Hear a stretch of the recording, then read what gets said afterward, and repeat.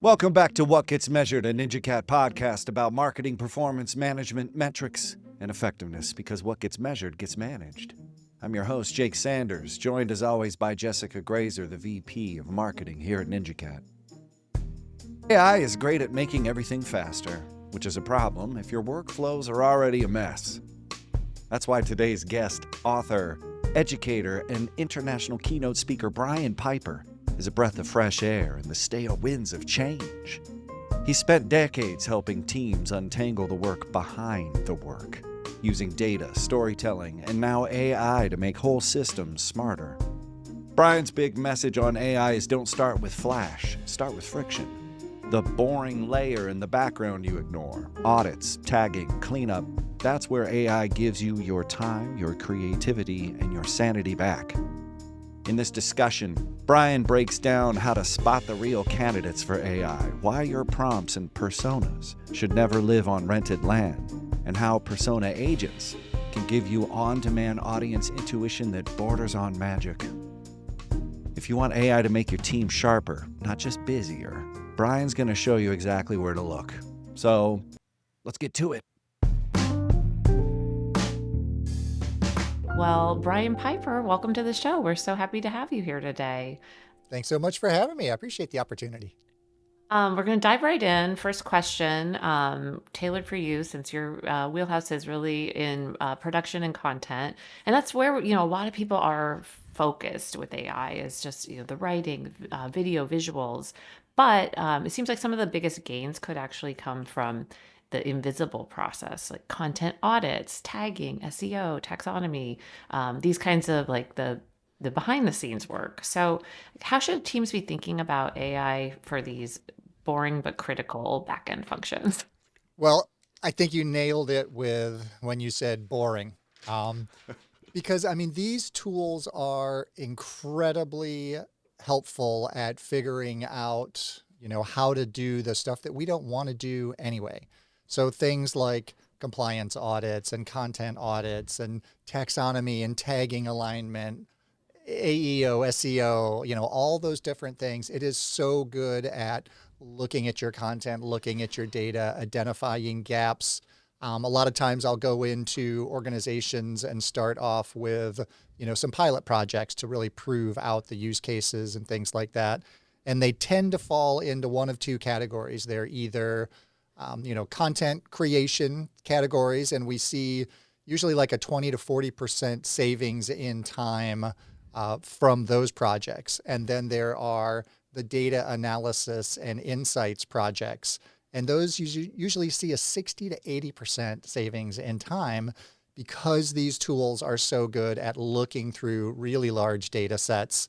And I always tell people that when it comes right down to it, for integrating AI, it's not just about efficiency, right? It's about innovation. So we start off with these efficiency processes and projects where you're replacing parts of your existing workflows, and those are great. But really, what you're striving for is that mindset shift, where now you're collaborating with these tools, and instead of just making your existing processes better, you're thinking of new ways to do the work that you do. Mindset. I love that it keeps coming back to the mindset. And I'm like, why haven't we fixed this before now? And now we feel like now's the shift. Like, I feel like I needed a shift when automation was coming on board. Like back in the day, people are like, you don't have to waste your manual time. Why are we thinking that the mindsets are ready to be shifted? Do you feel when you're taking the pulse of people out there that you feel that, oh, these mindsets are ready to shift? Or like, could you speak really quickly about that? Do you feel the sands shifting under the mindsets? No. So I don't think any organization or individuals are really ready for change, especially at the pace that AI is driving change. So that's why you start small. You start with process. You start with proving out, some awareness, some education, proving out some use cases where they can start, the light bulbs start going off. I love seeing that moment where someone all of a sudden realizes that these tools are really powerful and they can have a massive impact on the way that we do everything that we do. But long term, at the end of the tunnel, we want to come out into a place where now we are embracing that change in culture, that change in mindset, so that we're thinking differently about what we're doing and why we're doing it. So I like this. This kind of gets into this next question. It's start technical. Start with the processes. Start with things that they know, and then go up to the mindset. So, like my question is, you said you start with pilot programs. Start small. How do you identify which parts of a workflow are ready to get some AI into it, and which ones need human oversight? Are you delineating that ahead of time, or just going technical first? Like, what's the identifying step? Yeah, I mean, so many organizations start off by like, let's just give everybody the tools, right? Right. So don't start with the tools. Start with the processes. Start with the people, right? Because that's what it really all comes back to. Because if you can't get people to start adopting these tools, and it doesn't matter how great the tool is that you've got, they're just not going to use it. So I always start off with like a workshop, a working group where we look at all of the processes and we ask those human questions, like what parts of your work do you enjoy? What parts don't you like? Right. What are your roadblocks? What's hanging up, all your time that you're using? Where do you feel like you really need to use your expertise within these processes to judge whether or not the content, the end result is high quality? So once you start looking through all of those types of things and getting answers to those questions, then you can start thinking about, all right, what pilot projects can we identify that are low risk and high reward? So where are we going to see like immediate return on our investment for putting some time into these? And, those are things like what tasks are filled with repetition, right? What things are easy to automate? What is the risk of automating these tasks? So you want to start with low risk things. You don't want to start with something that's very client facing or publicly forward. And then where does the human judgment really come into play?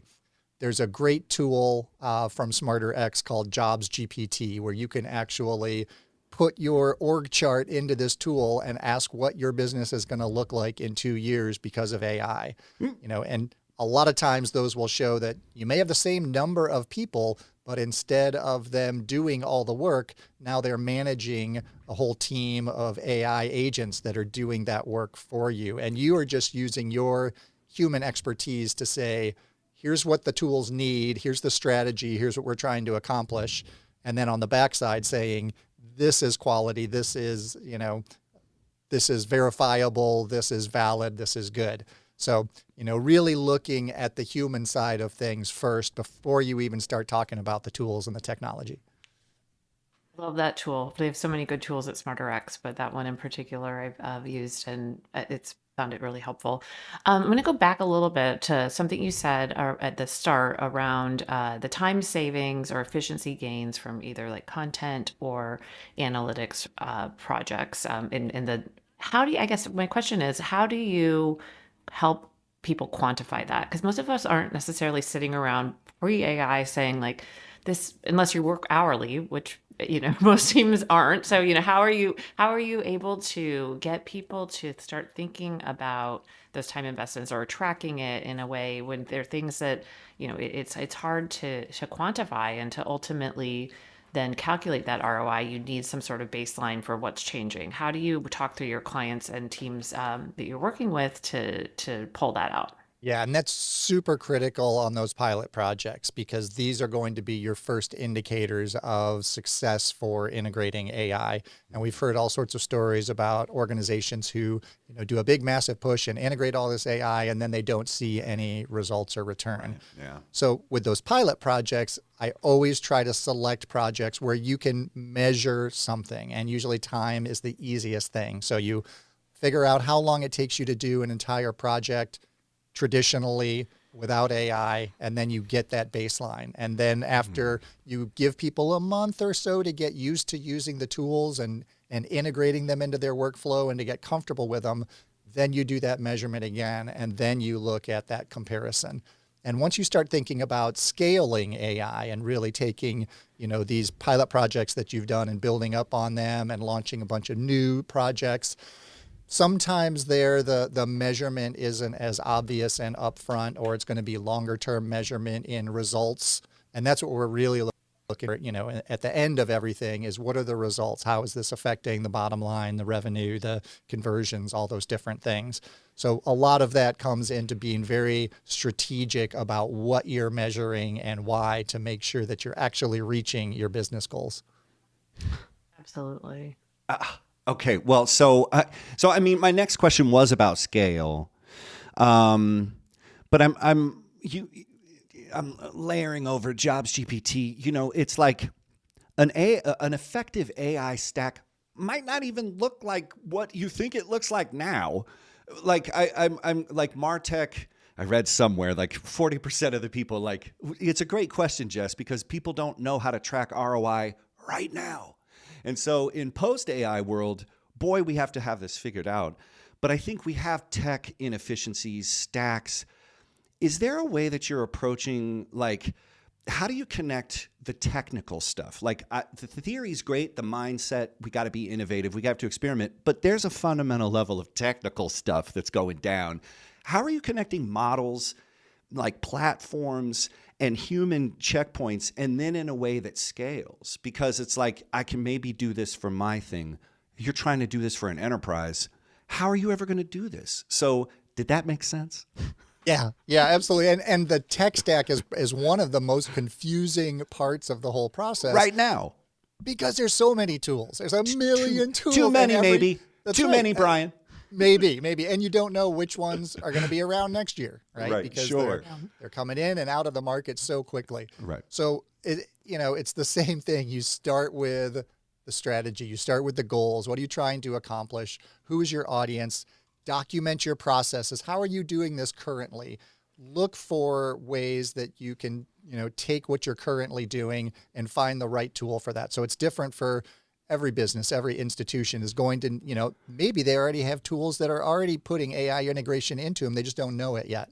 So a lot of times it's just exposing those opportunities. But, a typical tech stack really for anything, not just for AI, starts with like a data layer. You've got to have some data. You've got to have some way to track, some way to measure, some way to report and show improvement. So those are like, depending on what your end goal is, those might be your Google Analytics or your social media or your CRMs, all sorts of things like that.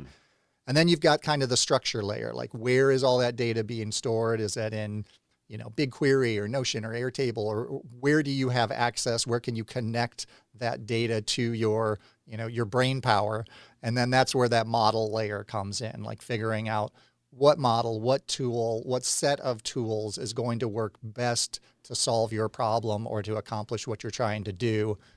And then figure out, on top of that, now you start looking at automations. How can you string these different tools together, or different parts and pieces of these different tools together, so that you are just creating that human in the loop to be able to approve and validate all the different parts and pieces that are being automated by your models. And then finally is the interface. How are you maintaining? How are you measuring? How are you monitoring all of those to make sure that you're actually getting the results that you want to get out of, all these systems that you've built? And then you need to prove out each one of those different technologies at each step along the way and on an ongoing basis, because you get a new tool and, within months with these AI tools, all of a sudden you have all these new features. You have to make sure you're integrating those new features and capabilities into your processes as well. Oh, I have a question just popped up into my head. Some people got mad that ChatGPT got rid of the 4 and they brought the 4 back because they wanted the 5. And I really like this suite. I'm really comfortable with this. It feels like, I think people get attached to things. Do you know? And that is also a problem. Or there's new features, but there's actually regression in quality sometimes. Like, what happens with that? When do you move off of a tech stack? Like, I guess this would be proven by the data layer, the structure, all of this. You would pay attention. But I mention this, like ChatGPT, they got rid of this thing that everybody built a relationship with. What's the future going to be when my memory was lost in this tech stack? how can I get it back? Like, what's thought about transferability of memory, culture across platforms? Yeah, and I think, I think that really opened up OpenAI's eyes about those migrations and about people's connection to these tools. I mean, they just rolled out Emotional. 5. Right. Yeah, absolutely. People like are attached. They have emotional attachment to these tools. It understands my business, but and that's why I think it's a professional thing we're using this, but you're personally attached to these things. Right. And I mean, like these tools, I mean, we just got, ChatGPT 5.1 just came out yesterday. It launched, and now we're all using this slightly new, different model. And I tell people all the times, these models are the ultimate rented land. You can build on them, you can grow on them, you can do a lot of things on them, but you want to every so often go in and have it export what it knows about you, what it knows about your company, what it knows about your clients, put those into repositories. Take all your prompts that you use, all your instructions for your gems and your custom GPTs, put those in, Notion or a spreadsheet or somewhere where you have control of those, so that if the model goes away or gets purchased by somebody else, or if suddenly you want to switch to Claude instead of ChatGPT, you can immediately train that model on all of your information without being like, oh, it's all lost. It's all over in this platform where we can never use it again. A really good tip, and I think that also marketers are starting to kind of develop their proprietary, whether it be gems or GPTs right. or persona-based ones. That almost then that's a way they can travel with you, no matter where you go or what you're doing. tip. So one of the things I wanted to tie it to is, so you've been a big advocate for kind of persona-based GPTs and then chaining those together as the next step. So can you talk a little bit more about how that works, or a specific use case or creative use of that chaining of the GPTs together? Yeah, I mean, if you haven't used these custom GPTs or gems before, these are like, you can build these custom little mini models that handle a specific process very well. And so then what you can do is you can connect those together within a prompt or within an automation tool or something like that, where then you can create entire workflows. So like, I love the personas because you get so much great feedback on your content. So I was working with a company recently that was doing a website redesign. They were launching some new products for a new group of customers that they hadn't engaged with before. So we very quickly stood up personas for the existing products that they had. And we kind of built those personas based on all the data they had from their CRM and from their customer service team. So we were able to build these really good personas. And then we were able to take those and inform this new persona with, here's the new product that they're trying to launch, and here are the features and capabilities of that and the problems that it solves. So, and here's all of our existing customers and persona bases that we're able to put that in there as well. And so now you've got kind of a landscape of all the different people that you are marketing to, all the different ways that they overlap. And then we were able to run virtual focus groups where we were able to bring all of those personas into one big prompt. And we were able to ask them questions about our products and what different features and functionality they might like from one product that we could get rolled into another product. So it's just incredible to be able to tap into like the voice of your user on demand anytime to review your content, to test things out before you go to market with it. It's really an incredible unlock.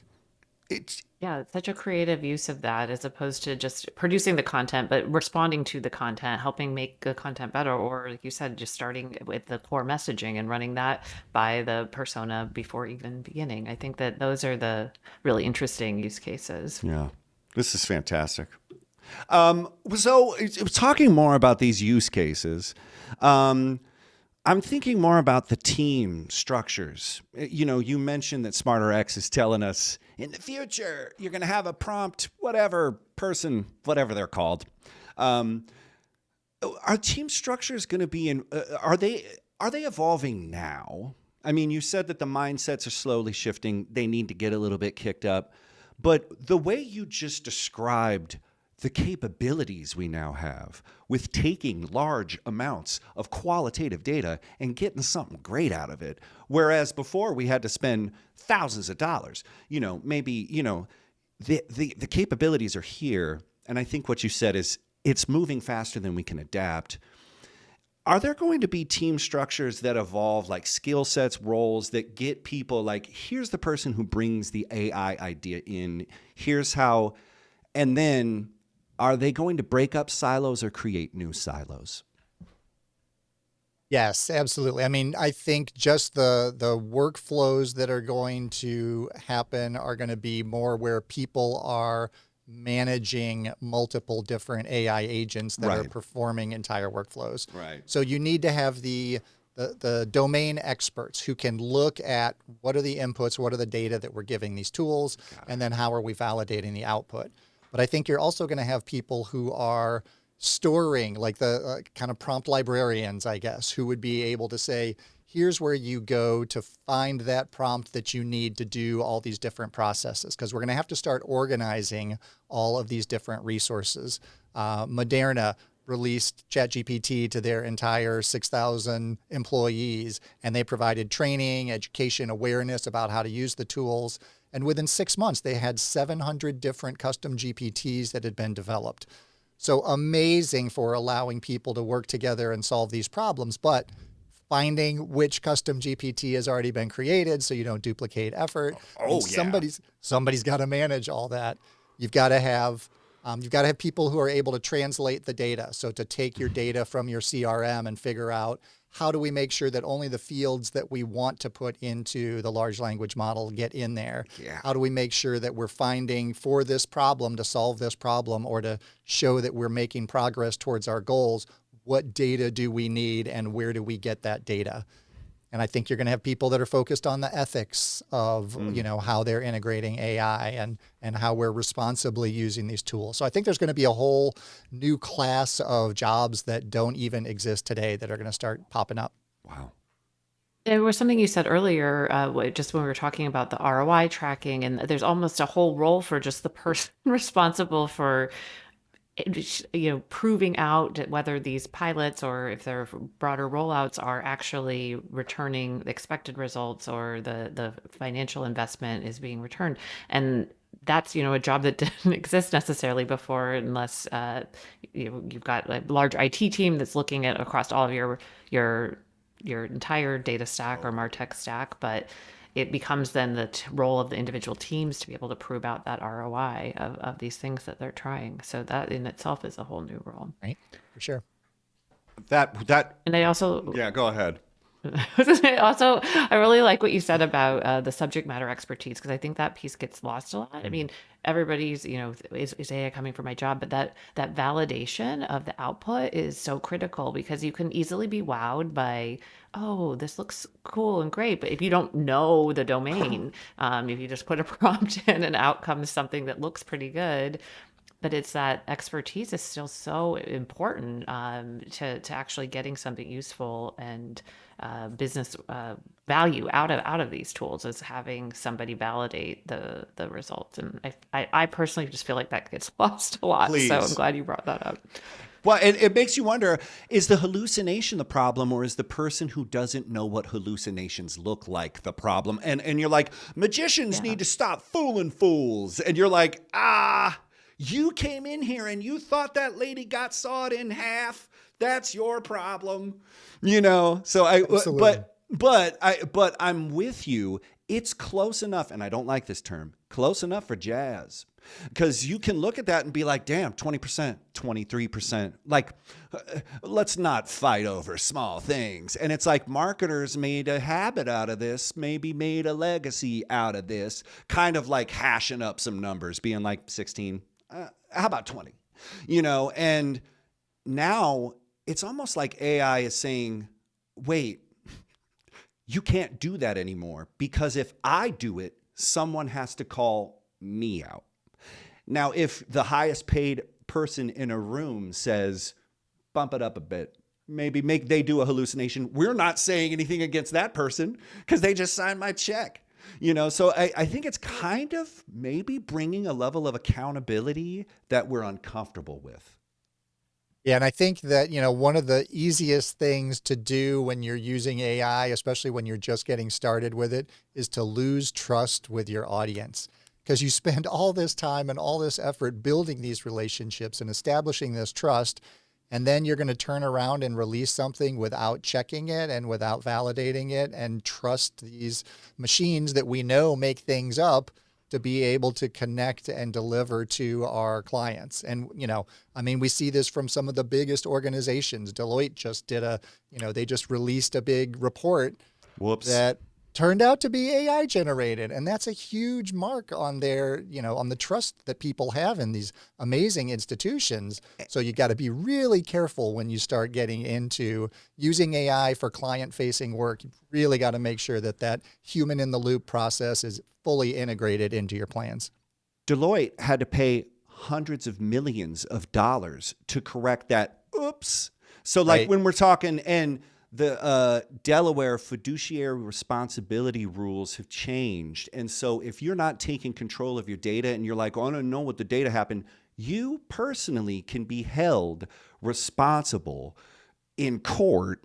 And it's something that so you notice a couple of years ago, everybody moved out of Delaware. So you wonder why. So let's two more, and then we're going to let you back into the workflow that is life. So I'm thinking, like, it's so easy to bolt AI on to the process. Are we thinking that there's a ground up way that we need to approach this, or is it going to be a hybrid sort of, we'll get to the cool rocket ship, but it just seems like it's a tech debt rocket ship that's about to take off. How do you avoid that? What's your advice on avoiding that? Yeah, I think, at the beginning, start with the fundamentals, really look at, what are you trying to accomplish? Document your processes and your workflows. Make sure you're staying focused on your end goal.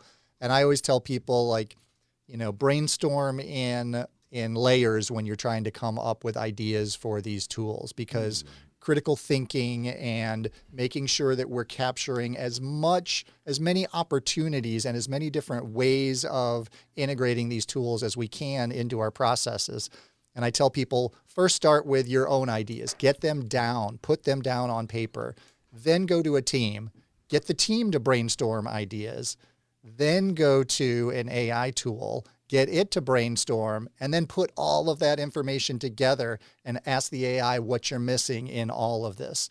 So that iterative process, and you can go through this really quickly, especially if you use voice. Like I talk to ChatGPT all the time. I can set up little custom GPTs to interview people about things and to pull that information back. So you're taking their knowledge, their expertise as the foundation for everything that's going to be generated.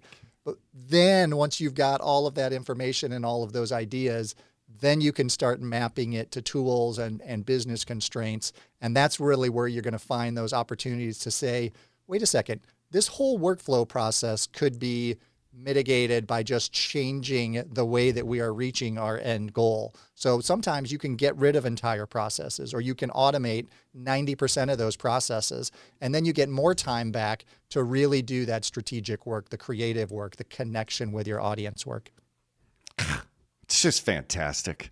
And I love you dropped a Polizzi line in there. Don't build on rented land. It's an old school thing. It's a maxim we all need to remember. We could keep going, and Brian is ahead of all these community organizations helping build AI processes and these mindsets that he's talking about. He's written so many amazing books. He's great to follow on LinkedIn. People want to connect with you, Brian. How can they do that and learn more about you? Yeah, you can find me at brianwpiper.com or connect with me on LinkedIn or most other social platforms at Brian W. Piper. Cheese or chocolate? Are you ready? You bet.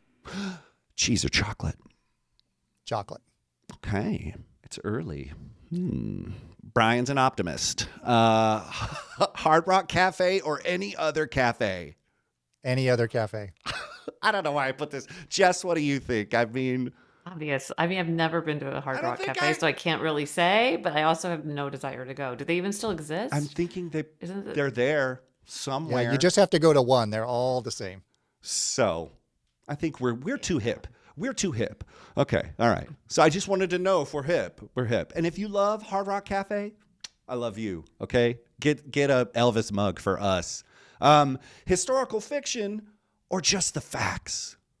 Historical fiction. You like a story, do you, Brian? All about storytelling. All right, then, do you? Jess, what do you think? Yeah, same. I definitely need it wrapped in a narrative for me. Don't just give me dates. Oh, God. Okay. And I think maybe some books do both. The best books maybe do both. Okay. All right. Okay. Smooth jazz cover of Hotel California or a smooth jazz cover of Stairway to Heaven? Go with Stairway to Heaven. That's sad because I was singing Tears in Heaven in my head. What that Eric Clapton song? Eric Clapton. Yeah, yeah. Totally the wrong song. And I heard it and I was like, it's whole saxophone, like, blah, blah, blah. Okay, so anyway, Stairway is better, you think? I think so for A smooth jazz. jazz. Can we just get the original? Can we just get the No. It Yeah, has to be. I'd go with the cover. original, but you know. I'm talking, you're in a lobby at TD Bank and this comes on. You know what I mean? Like, what do you think, Jess? I feel like the question should be Glenn Fry or Don Henley. no, I just oh. love the Eagles, so I'm like gonna say Hotel California. I think Hotel California. I love no shade on Robert Plant. Please, I no. also love that. Enjoy. I'm just my heart just went to Hotel California. I mean, know, isn't it almost already slow jazz? I mean, yeah. Yeah. Wow. Oh, we're gonna get comments on this episode. I am not looking forward to it. Okay. Ostrich or emu? Emu. They're so cute. Yeah, are they cute? Ostriches They're are a little really terrifying. A little bit. Yeah, ostriches, it feels scary. Emus are cute. And again, if you're an ostrich listening to this podcast, no disrespect. We love you. Continue terrorizing us. Okay. Finally, and most